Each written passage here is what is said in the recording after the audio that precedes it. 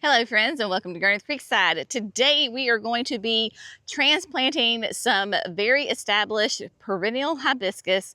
We've got to move those to a different part of the garden. We're also going to be transplanting some daffodil bulbs. They too are in the way and they need to have a new home.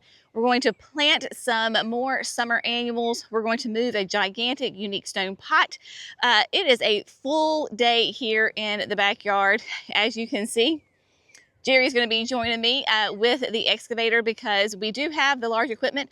So we are pulling out the big guns to help make this job a lot easier. I will talk you through, if you don't have an excavator at your house, I will talk you through how you can do the exact same things that we are doing here in the backyard. So let me give you an overview of where we are, what we're like exactly what we're doing and so forth. So in this flower bed that is right off of the patio, of course we have got the incredible hydrangeas in the back. We've got double play doozies in the front. And then as we make our way to this corner, we have right here at the pathway, years ago, whenever it was the year before they introduced lilac crush hibiscus, and they gave me 3 of them to try out, and I planted them. We have 1, 2, and then 3. Planted them behind the 9 bark in this corner, and they absolutely love it, but they have gotten way too big.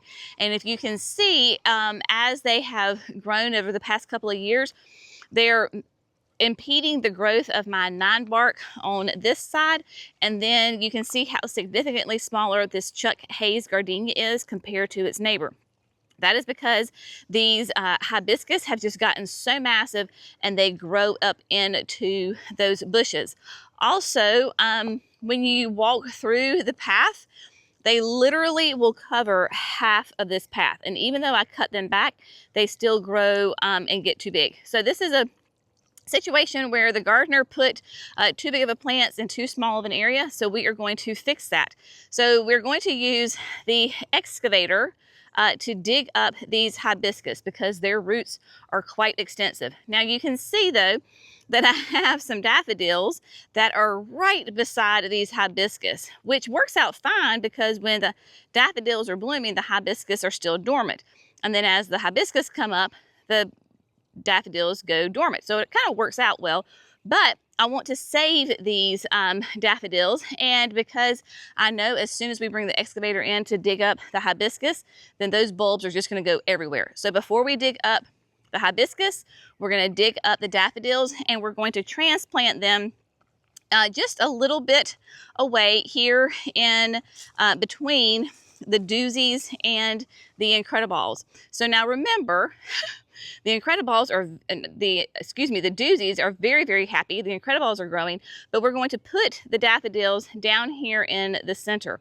You may say, well, Jenny, there's not enough room right there, but keep in mind when they have different bloom times, different growth times, and so the daffodils are on their way out. These guys are on their way in, so it will be a nice complement to each other, and it will keep that continuity throughout the bed. So that's what we're going to do, and then once we get the summerifics out of the ground, we're not going to take them far, but we're going to take them to this backyard bed.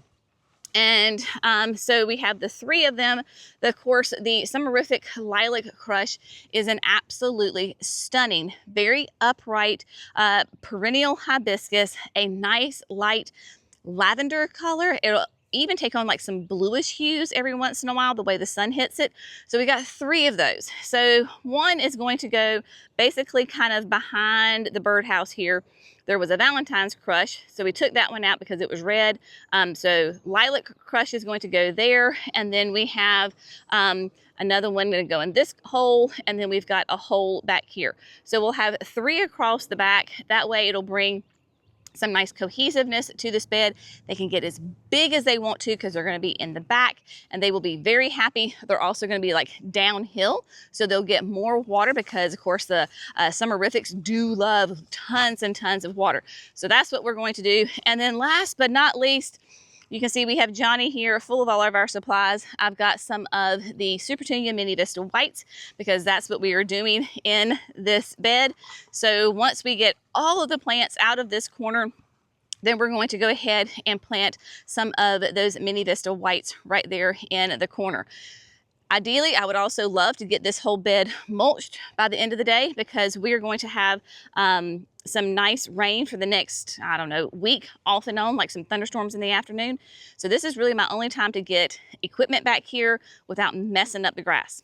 Also, forgot to tell you, remember when Jackson was with me a couple weeks ago, we moved the unique stone pot out of the other backyard bed. It was in this bed, and we just moved it back over here. So we're going to bring it back, and it's going to go right here in the middle of where the briars are. We got to cut down those briars. We've talked about how we have been battling these things. For the most part, we think they are dead, but we're not going to be planting in here in case they are resurrected. And then the only way to get rid of these things is just like to nuke them. So we're going to get these out of here. We're just going to cut them down with the hedge trimmer. Put that container right there. I can put a beautiful tropical hibiscus right there for this summer. And then, yes, so that is what we are going to do. Like I said, a big day ahead of us.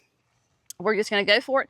First things first is dig up the daffodils and get them moved, and then onto the hibiscus.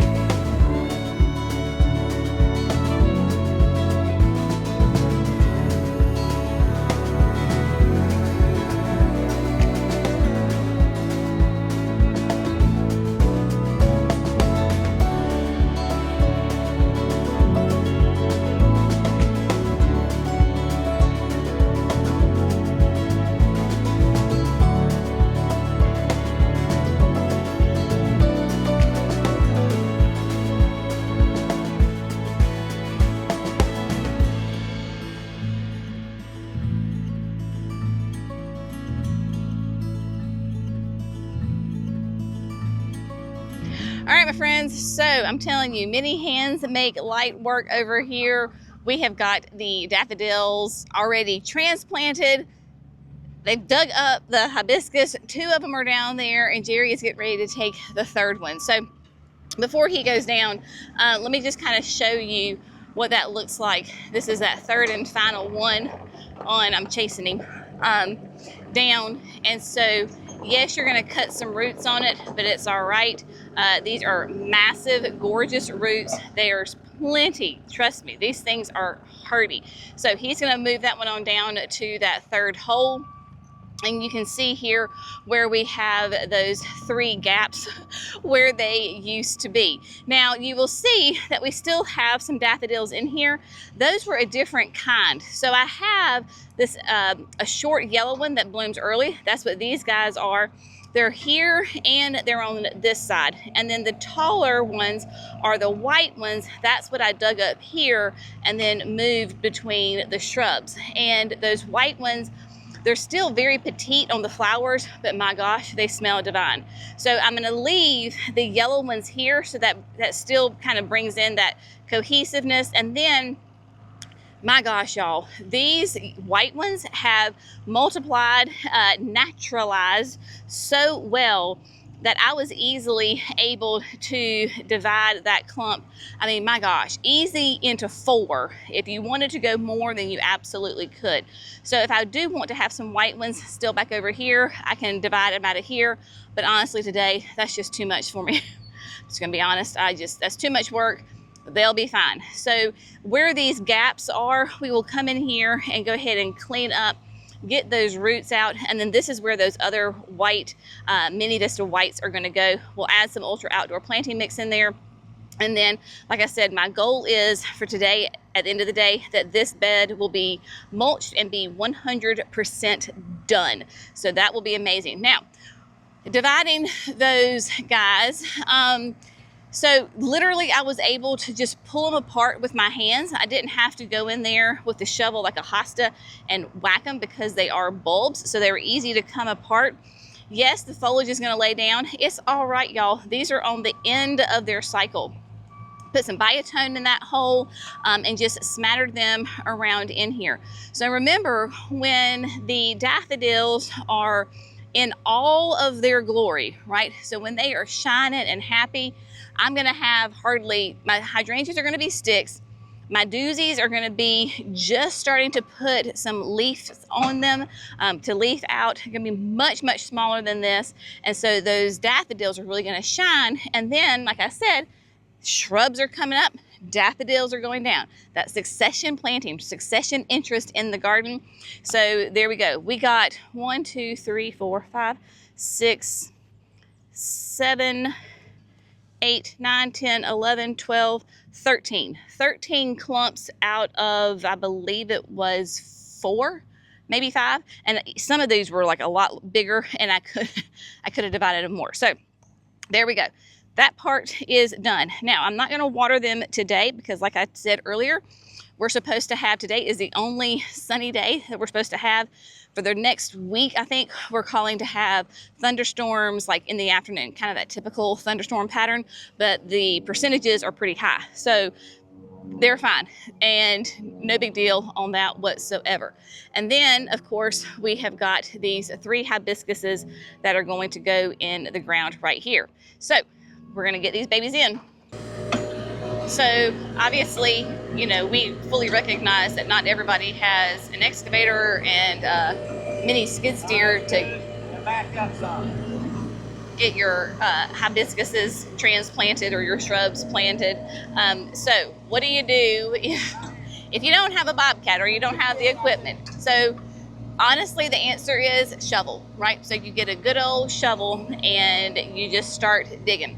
These hibiscus have been in the ground, oh my gosh, I think this was going on year 5, year 4.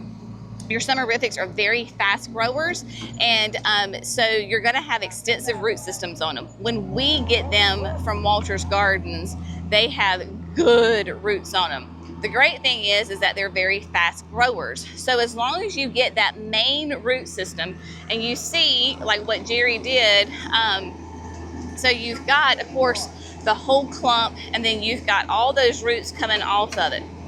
I suppose if you wanted to divide it, now would be the time to do it. Honestly, trying to whack through that would be quite an ordeal. But if you wanted to divide it, now would be the time to do it. So with this, of course, the hole needs to be wider than it is deep, because you can see that these roots are not extremely deep. They go out. I mean, they literally are horizontal and they go out. Brenna just went for a swim in the creek. And so you've got to get this hole nice and big. So Jackson drilled 2 different holes. Jerry will come back with the shovel, dig this out some so it's nice and flat, get that biotone in, place it in there, and then of course just get that soil back on top of it and tamp it down really, really good.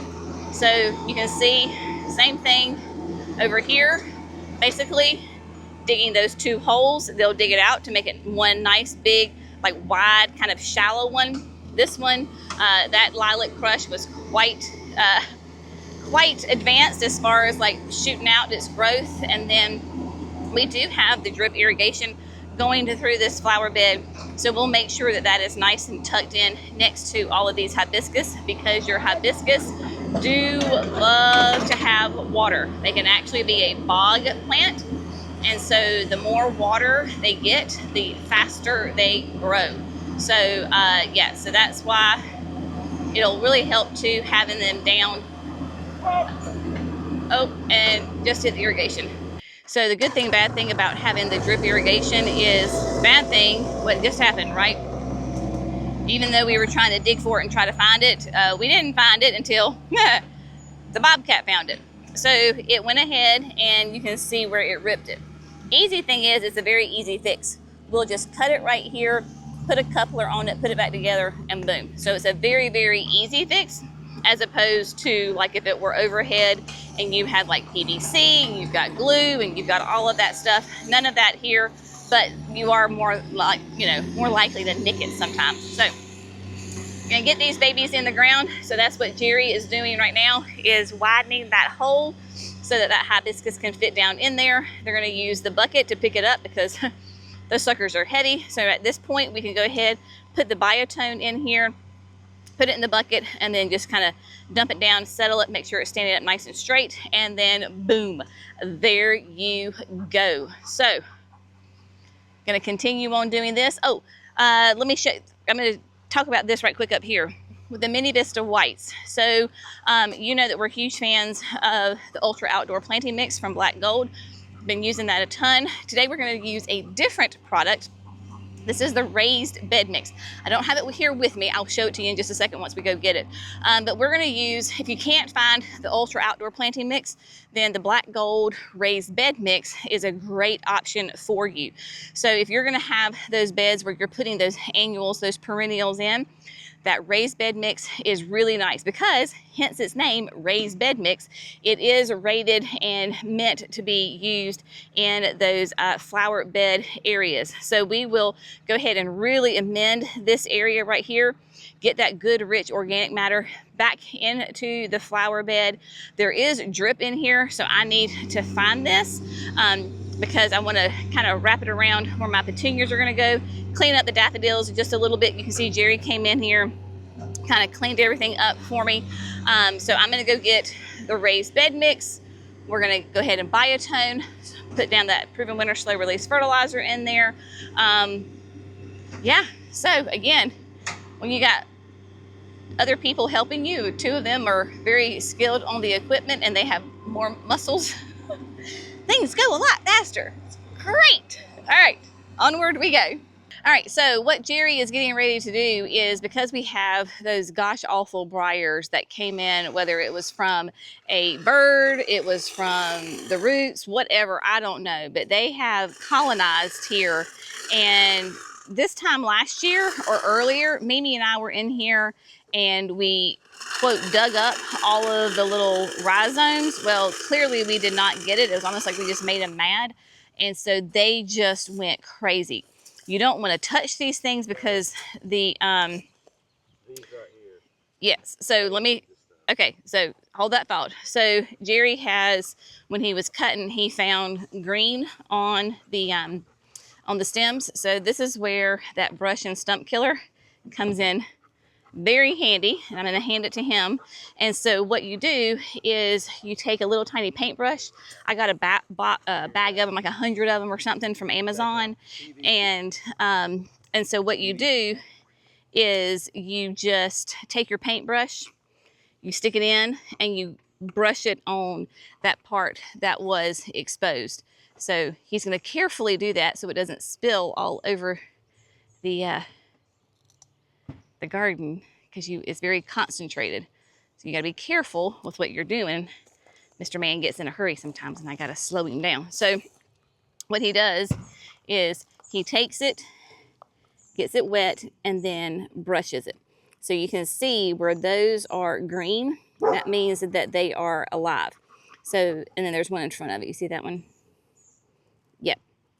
So brushing that, and then that will kill it. As opposed to, if you can see these guys right here, they look right there, they're completely brown. So that's a good thing. Those are dead. And there are just a couple of them that were nice and green. So by brushing that stump killer on there, then that go ahead and kills those guys. Now, I heard we just had the trial plants we're trying out here. Yes.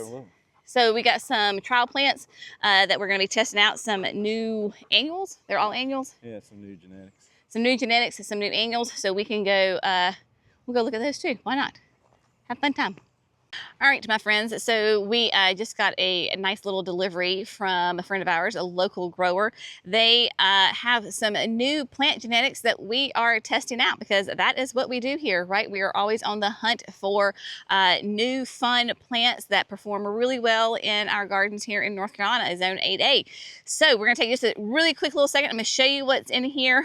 We will be planting these in various locations throughout the gardens, primarily at the house. Maybe some even here in the display bed at the garden center. I don't know. We'll figure that out because, like I said, we're testing them out. So we got a nice little selection of all different kinds of plants. We're going to start down here on this side. So we have a salvia right here that is nice and budded out. This is the Plum Crazy. And this is the Plum Crazy salvia. Nice, hot pink burgundy flowers on them. It is going to be about 36 inches tall and wide. So it's going to be huge. So this is going to be a nice, nice big one. Look at this Kufia, y'all. I am loving the color on this and the habit. Look at that. So this is Cubano Cristo, that Kufia. Look at that. So cool, like a really nice deep red, kind of that burgundy maroon color. Typical Kufia bloom on it though. So you've got the nice little tag right here, and yeah, so kind of that open habit to it. It's going to be upright, but it also has like a little bit of an arching habit. So hummingbirds are going to love this one, I am sure. And then of course we have got two different Culeuses. Look at the colors on this. This is just so cool. I love this. Can do sun or shade. This is the charged up electric lime, and it will get to be about 14 to 28 inches tall, space them about 16 to 20 inches. So nice big leaves, beautiful coloring on that. And then we have the flamethrower. This is adobo pink. Look at that. Completely different leaves on it. Different colors, 12 to 18 inches tall, 16 to 18 inches wide. Love that. That is gorgeous. Then we've got a Cleome. We have white Superbell. Then we have the light blue petunias here. We've got two trays of those. This is the Sure Shot light blue. Really nice colors on that. Then we have got, if I can tiptoe through here, we have got a deep, deep red. Beautiful. Then we have a deep purple. We have got a Calibrachoa over here that have nice big blooms on them. Look at that. So pretty. This is the Cha-Cha Electric Pink. There you go. Love that name on that one. We have got some nice deep purple verbena. Let me tiptoe through here, y'all. Nice big, has that white eye to it, dark purple on the outside. This is the Firehouse Violet, Violet Wink. Oh, that's fun. Cute name. Got that. Then there was a nice petite little lantana, right? Because lantanas can get massive. They can get huge. So this is Little Lucky series, and this is the lavender. And this is great for containers or nice, small, petite little areas. Look at the coloring on that. It is going to be only 10 to 12 inches tall and wide on that. So this is perfect for those little areas where you want to have that lantana, but not a massive, huge, huge piece on that. And then we've got some white alyssum. We have got gorgeous colors on that. This is the Easy Breezy White. Of course, alyssums we love because of that fragrance. Fantastic. And coming back over here, we have got another Calibrachoa. This is Cabaret Red. Oh, look at that. Red with that yellow throat in it. White verbena. Then we have a beautiful lantana. Another one. This is the Lucky series. This is the Sunrise Rose. Nice and orange and pinks in there. It's still going to be relatively short. 16 inches tall, 14 inches wide. And then we have some Sun Patience over here as well. Oh, and then we have the white petunias. Can't miss those. This is, let me show you. This is the Color Rush. This is the white petunia. And then we have a beautiful pink. This is gorgeous over here. Beautiful, nice, rich pink bloom on that. Nice and tight habit on it. This is the Color Rush Pink. So there you go. Always on the lookout for some new and exciting plants. So we will be using those in the gardens as well. So what we need to do is head back over to the house, finish cutting down those briars, and get the pot in place. Not going to plant it today. I just want to get it in place. Again, we're going to have rain for the rest of the week, off and on, and this is the last time we'll be able to get equipment on there this week. So we're going to use the equipment, and then maybe we can get out and get on with our day. All right, let's do it.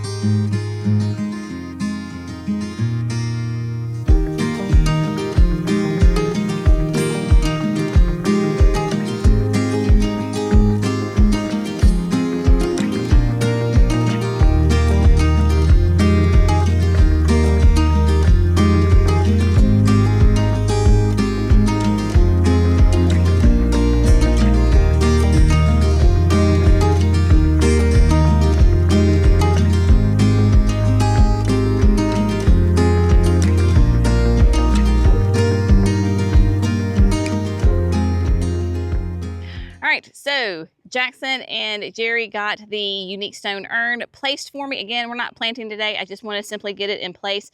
Let me show you what that looks like. Kind of thinking as far as spacing wise, wanted to kind of have it centered between, this is the Emily Bronte rose that we moved from the patio, and then I have got the beautiful blueberry bush back here, and then right back here she's having a little stress, is that summerific lilac crush that we just transplanted.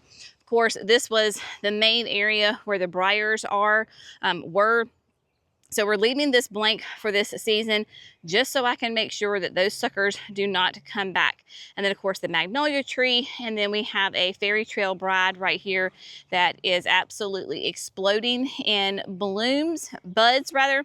I was going to go ahead and transplant her to the creek bed directly behind us, but she's covered in buds, so I'm going to wait until she finishes blooming, and then I'll move her, probably go ahead and give her a good hard prune back, and then we will move her later on in the summer.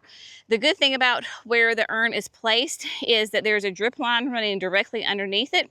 So when I'm ready to plant, I will take my, I have right here, an irrigation that I will connect to it, run it up so that the plant will be on irrigation, and I will also go ahead and put this container up on some stones. You won't be able to see the stones, but that way it won't sit directly on the ground, and so have some good drainage right there. So that is what is happening with that.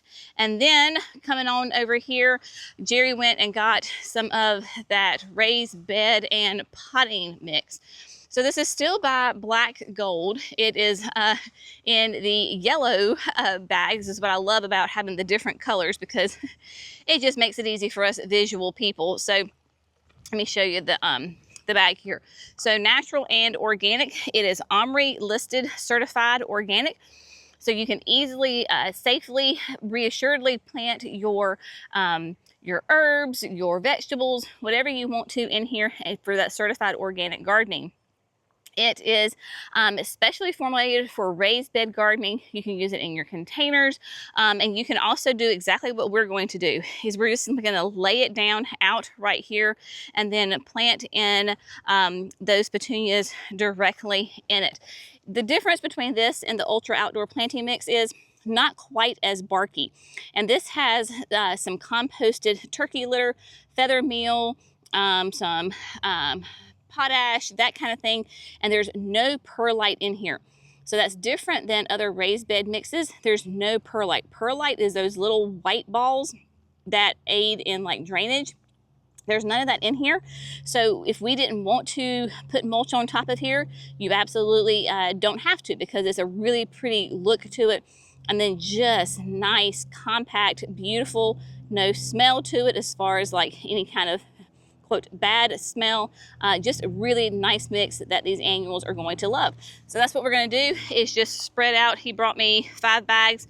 So we'll get that spread out right through here, because basically the petunia is going to come from here all the way over to where the rocks are, and just fill in that area, so that way we have a nice big swoosh of white petunias. Y'all, today's project is complete.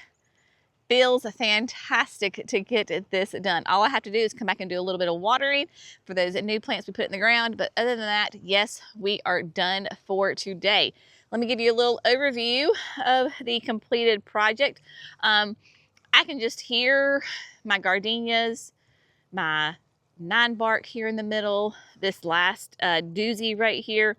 They are just saying, oh, thank you. We can actually breathe and get some sunlight on the back side of us. So it is going to be really nice to have those hibiscus more down in the backyard bed than up here and just really crowded. Yes, it was gorgeous, especially like when these little lime punches were in full bloom. Then that's when the hibiscuses were in bloom. Like, it was a beautiful shot up there, right? I mean, just absolutely stunning. But this is an example of when I planted those summerifics, they were like new introductions. They had not been on the market yet, and I didn't have experience with them. Didn't have a ton of experience at that time with the hibiscus in general. And I just planted them way too close. And so they were smothering out my other plants, and of course impeding in with the walkway. So, you know, I'll say it's not a mistake. It was a learning opportunity, right? And so just correct it and move on, and everything is fine. So they're going to be great down there. They're going to have a little bit of adjusting to get used to. They're the ones that had the foliage on them, but they're pretty limpy. And even if I go in and shear all of that back, they're still going to flush out and do great. Maybe I delay my blooms by like 2 weeks or something. They will be perfectly fine, I promise. But it's gonna be nice to have that little pop of white right here. And then of course, like if I want to, you know, in the fall, if I wanted to put pansies or violas right here, I absolutely could. I can't wait to see this from the drone shot, because having this sea of white right here, and then of course that ribbon continuing down around the front of the doozies. And then don't forget, just over the gardenias, we have that other pocket of the white supertunias right here underneath the lanterns. So I got all of that mulched. I do need to come in and water those new supertunias. The bulbs, they're fine. They're laying down. That's just typical. That's what they're going to do. No big deal, but just kind of coming through and seeing it, you know, everything from this perspective. Nice mulch down. The hydrangeas are going to be so much happier, because even though they are on drip, it helps to keep their roots nice and insulated, and that really does help even out the extremes in the temperatures. Of course, it looks amazing, right? And then I went ahead and brought it over in front of the steps. I am going to this bed right here, off to the right of the steps. It is, quote, ready for mulch, but as you can see, y'all, I still have my tulips in the deck boxes. And so I've learned not to, quote, finish this bed right here as far as the dressing until I get the tulips out, because what we'll do is we'll probably do the tractor, because it has wheels and not tracks, and bring it up as close as we possibly can, get the bucket up there, dump all that in there, and then once all that's done, because it does make a bit of a mess, then I can come back through and continue the mulch all the way through and just dress it up and make everybody look nice and neat and tidy. Again, can we talk about here for a second how gorgeous Desdemona is right here? She is in full bloom, absolute full bloom, and stunning. I mean, gosh, y'all, I wish you could smell her. She smells so good. And then we had Scepter to Isle. She started to bloom. So she's over here. Look how well these petunias are doing. Look how great they are filling in, looking lovely. But yeah, Scepter to Isle started to bloom. So there you go. Oh, love it. And of course, poor Gertrude, she's she's on the end, and it is quite warm today, so I need to make sure that the drip irrigation gets running. Elizabeth is getting ready to pop, and so are lots of other things we're going to pop here in the garden. But it feels great to get this done. This bed, the Incredible bed, is now 100% done. Checked off the list. All we have to do is just maintain, keep the weeds out. If you see a weed, pull a weed. Keep that irrigation on. We're supposed, like I said, supposed to be getting some consistent rain, like the summer kind of rain, you know, in the afternoons. So hopefully that'll kick in, and then just keep those petunias fed every once in a while. But using that great raised bed mix from Black Gold makes all the difference. Not going to have to worry about fertilizing nearly as much. So again, it's been a good day here at the backyard. Moving those hibiscus was, it was a huge job, but thanks to my fellas and their machines, it made very light work of that. So excellent, excellent. Y'all have an amazing day. If you found this fun, informative, inspirational, make sure you like and subscribe. We'll see you in the next video. Bye, friends.